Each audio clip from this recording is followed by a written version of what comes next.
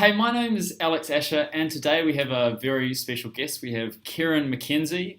He's actually calling in from Melbourne. He is a futurist and well-known speaker on technology, and today we're going to be talking about technology and education. So thank you very much for joining us, Keran.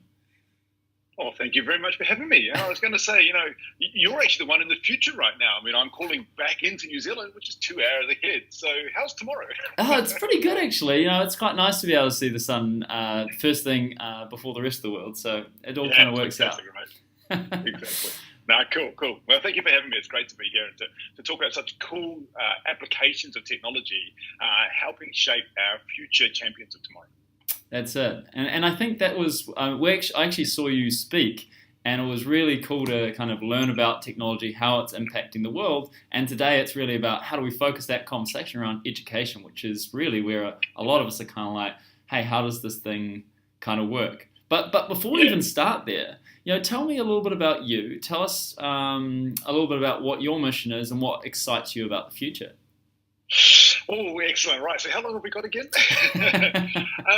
So, look, I'm one of those people who has always been fascinated by the question why and curious to look into, is there a different way or an alternative way of doing things? I'm not your mainstream person. I haven't followed the typical career path. I've discovered a lot of things on the way through. And technology, of course, is a great vehicle for that, because technology is an enabler, and it doesn't care where you come from. It doesn't care what color you are, what flavor you are. All it cares about is, do you want to experiment with me? Do you want to use me? And so technology allows us to do that in all sorts of ways. So for me, I am this curious cat who just wants to explore things, and I have a passion for the application of this technology and the impact it makes in our lives as a human, but also in the business world or in economy and these sort of things. So I've been in the tech space for, this is going to date me 20-something years now. I think early in 1994, I built my first paid website. So that's going back a little while. And now I've just lost my train of thought there with realizing how old I am. But what I delight now is working with companies where we can make an impact with that technology, right? So I work now for MYOB here in Australia, and MYOB, for those who don't know, is cloud accounting software. We've got millions of businesses who use our tools. But I don't actually work in our accounting space or on our tools. I work in our technology space, which we call the API or add-on ecosystem. And so through technology, we've created the gateway for other companies to build services and tools that support various parts of businesses. And part of my role is to open people's eyes. So I'll spend time with a cafe owner and say, oh, you're struggling with rostering your staff or your point of sale system. Here's these great tools that will solve that pain point for you. And by the way, you'll be getting financial information in, and it makes your life easier. Or I'll spend time with accountants and advisors, and they're saying, well, how do we unlock the potential of businesses? And that then grew into the role as a futurist, which is, what the heck is blockchain and artificial intelligence and machine learning, and what does it mean for the world tomorrow? Or in the weekend, I was at Girl-Led World, which is a conference here in Melbourne for year 9 to 12 young women, and it's about how do we set ourselves up for this world of tomorrow? What should we be learning? How do we discover technology and apply it and play with it and all that sort of thing? And so that's a little bit about me, my background, and what I do now. Awesome. You actually talked about, the last time I heard you speak, you actually talked about sort of 10 technologies that you felt were really sort of this big moving and shaking of the world. And I kind of thought that, could we just pull out 3 of the ones that you think are most relevant to educators or people in education? For sure. And actually, one thing I probably should do for you is send you a link to a little video that I saw just recently. So the first one I'm going to call out is augmented reality, virtual reality. Sure. I think in an education space, it's just such an incredible experience. So the video I'll send through to you, and you can link it somewhere, is of a 3D cartoon cat. And so it's sitting on a turntable, and it spins around, and you're able to move a digitized hand towards it, and what happens is it peels back. Freaky as all heck. It peels back the cat as you move in towards, and so the nose goes away, the face goes away. You see the structural elements, and then the brain. The skull breaks apart. You see the brain, and you sort of walk through, and it highlights it, names all the parts: the spine, the rib cage, the lungs, the kidneys, etc. And you can go through and explore it. And I'm thinking, for the situational awareness and discovery of the hidden world around us, augmented reality and virtual reality allow you to experience, learning in a different way. The other thing with that as well is it brings an empathy to people. And if you haven't seen Enter the Room, so there's that was great. Enter the Room. Yep, it's a great app. I made the great bad move of letting my 10-year-old and 5-year-old watch it or experience it. You literally go to a kid's room, and then the room goes through the 4-year journey of a war-torn nation. We only got halfway through before the kids completely lost it. We're in tears going, what the heck is this? I'm like, oh, Dad of the Year! Woohoo! Which wasn't great. But augmented reality, it exposes that hidden world, but it also creates a moment of empathy and trust. And what is it like to be someone else? So I think those things in education, just insane. The other one I really love is the interfaceless future, aka voice. The ability to have access to Google, Siri, Alexa, etc. on demand, where you can ask that question. You can say, hey, Alexa, how far is the sun away? Or, hey, how do I convert 25 pounds into 5 kilograms, or into kilograms? That sort of thing. And of course, the next generation of that is this incredible young guy for MIT who's now built a system that can actually sit on the back of your head, comes around your jaw here, and is starting to interpret the brain waves as conversational question. So we're going from voice to thought to the technology, and then bone conduction to come back in for feedback back in. So I think those two are huge.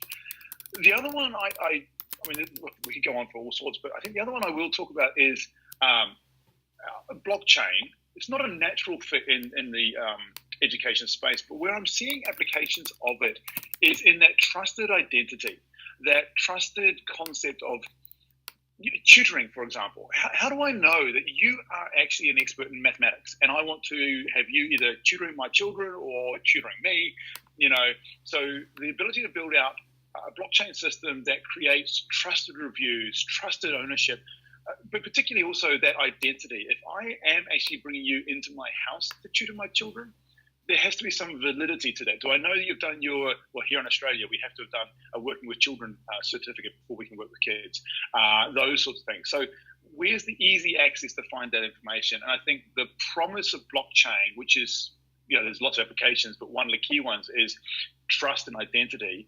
I think that's an interesting space when you come down to tutoring and reviews and trust of the people who are educating us or our kids in the future. Wow, awesome. So basically we're sort of talking about this idea of unlocking kind of new experiences with the classroom. We're talking about a different way of being able to interact with that technology, and also getting better trust systems to be able to manage and validate some of the the structures that we actually want to exist to protect either kids or students. And I think trust in that space is so fundamental, right? And we've seen the change. And I sympathise and I feel for teachers these days, what they are allowed to do, what they're not allowed to do, particularly in that showing empathy to kids, especially little kids who fall over and they just want to help, or they want something like that. So where is that trust that person you bring into your home or into an education, or who you're leaving your kids with? Teachers are amazing and they go through all sorts of things. I'm talking more about the tutors and the third party side of things there, as to how do we bring that to light a bit. Absolutely. Actually, on that, one of the biggest, I guess, fears for a lot of teachers is this idea that technology may be replacing them. The idea of robot teacher replacing jobs, and it's a factor that impacts owners worried about their own sort of organizations and teachers themselves. Do you want to talk a little bit about that? And particularly, I think language teachers are an area that I think we're really, I'm very fascinated in particular. Maybe even just talking a little bit about that, and kind of what is the role of humans, and how are we enabled by technology? Yeah, look, there's a lot to unpack there, and it's a great question and topic to explore. I think the first part I would say is actually don't be scared of the future.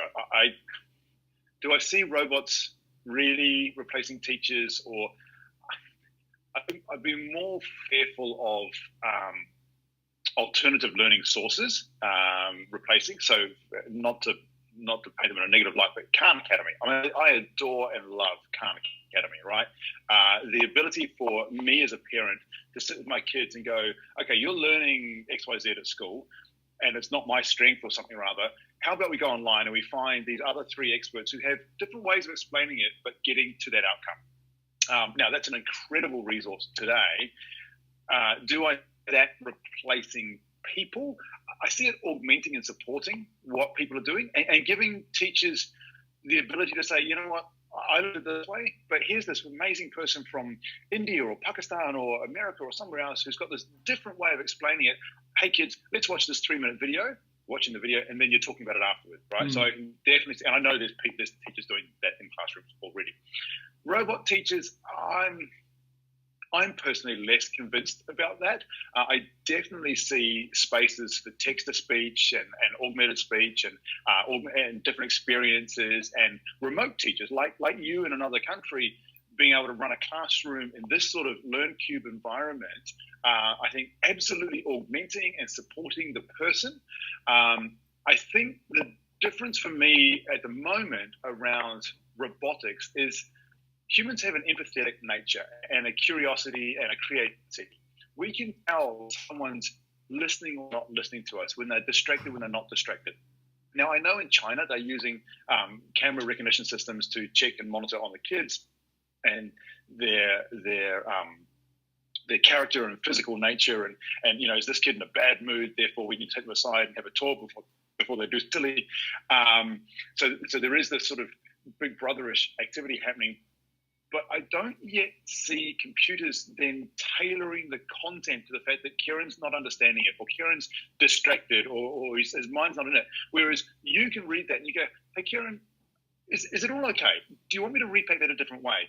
Or, is something else going on? Your cat's gone missing or something like that, and your brain's distracted.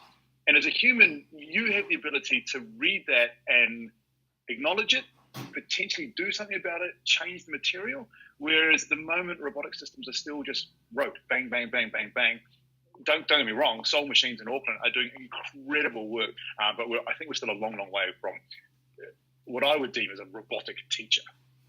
Yeah, I mean, I guess part of that is that it's sometimes a little bit easier to predict the future in a long-term way rather than a short-term way. Do you have kind of any idea of the sort of time frame that we would sort of be expecting these technologies to have a bigger disruption on the mainstream?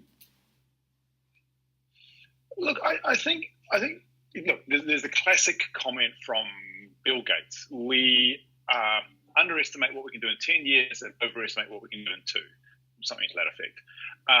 And that's true everywhere. So when I look at technology coming into the schools, I mean, it's everywhere already.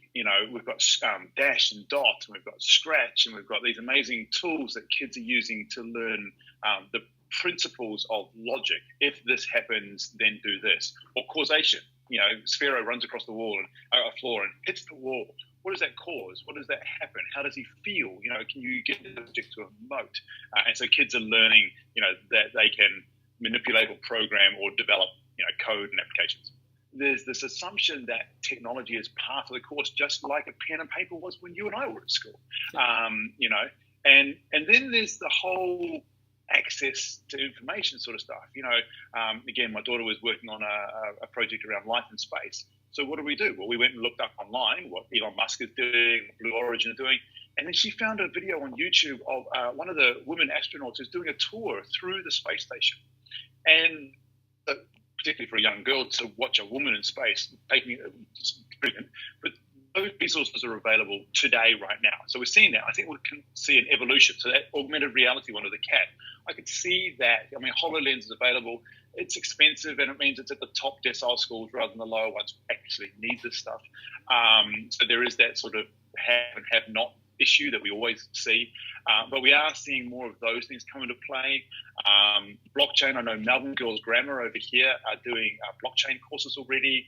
They're doing, you can actually do a drone license at high school now to learn about drones and the business models on the back of that.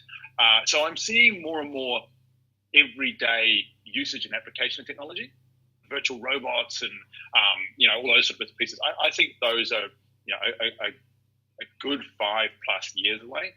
But the embedding of technology and the rapid application of even augmented reality in today, where a lot of schools are wrestling with phones at school, right? And so kids having access to an iPhone that can portal them into a war-torn country, or portal them into so they can walk around and see what it's like. More people are embracing that and using it. I think we'll see a rapid growth of that sort of stuff in the next 2 to 3 years.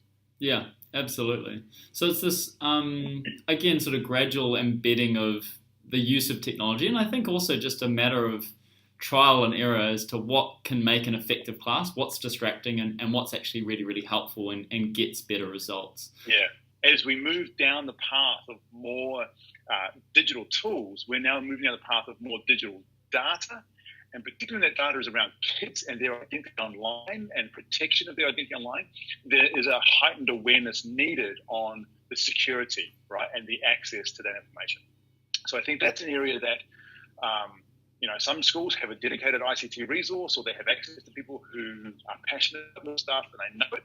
But a lot of other schools don't have access to that, so they rely on the council bodies or the local bodies to say this is good or not. As we all digitize, I think schools are definitely digitizing, and we're seeing those efficiencies come through that, as we are with any business in many ways. Yeah. I mean, I think part of that, though, as well, is that the overall technological infrastructure we have is improving, and that is happening at a relatively rapid way. Yeah. Governments are realizing the importance of fast broadband. Even you being able to use your data on your phone at the moment is an example of what is available. Exactly. Yeah. And the interesting thing there as well, and one thing we haven't really touched on, is this is all good and well in a city, or in a modern town. The beauty of this is the activation of education outside the mainstream, right? And there's projects in New Zealand, but the ones I'm aware of are here in Australia, where they're going rural or to Indigenous Australia or to low socioeconomic and poverty-stricken areas, and creating opportunities and sparking curiosity and bringing a wow factor to education. So some of the kids are hungry for education. Some of them are like, what the hell, man? I don't want to go to school. And they're like, oh, hang on a second, it's a 3D cat and I can play with it. Or I didn't know I could be transported somewhere. And it builds a hunger for education, and again, LearnCube type technology, the ability for 4 or 5 kids in 5 different locations, remote locations, to coexist and just to talk to each other. And did you see this on TV last night? Would you do this? That sort of thing, which your education technology is not always about education. It's about social, it's about engagement, it's about conversation, it's about community, especially in those places where community doesn't physically exist together. Right, yeah, so basically that infrastructure is not just for city kids, it's enabling remote people anywhere from being able to access education opportunities they never would be able to access otherwise. We're also seeing overseas, Facebook's internet.org and Google's balloon systems. People are trying to get high bandwidth, great quality internet. Even Elon Musk and SpaceX have done it just recently with new satellites. Is how do we get that to these impoverished places? How do we get it to the people who need it the most, right? And that's the exciting part, because as you and I build this out in a couple of cities where it's, we've got access to all this cool stuff, but we can apply it in places and really change tomorrow based on today's technology. Absolutely. Hey, thank you, Keran. It's been an absolute pleasure having a chat with you and really learning a little bit more about what you do, what you think about on a day-to-day basis. But I'm really excited about the future too, and excited where technology can take us. It's going to be fantastic. And I look at the kids today and I think they have more opportunity. Every generation says that they have more opportunity than you and I ever did. They will shape the world. And I, for one, am super excited to see what that world looks like as our kids grow into that space. Sounds awesome. Thanks again, Keran. Thanks for your time. Thanks for having me.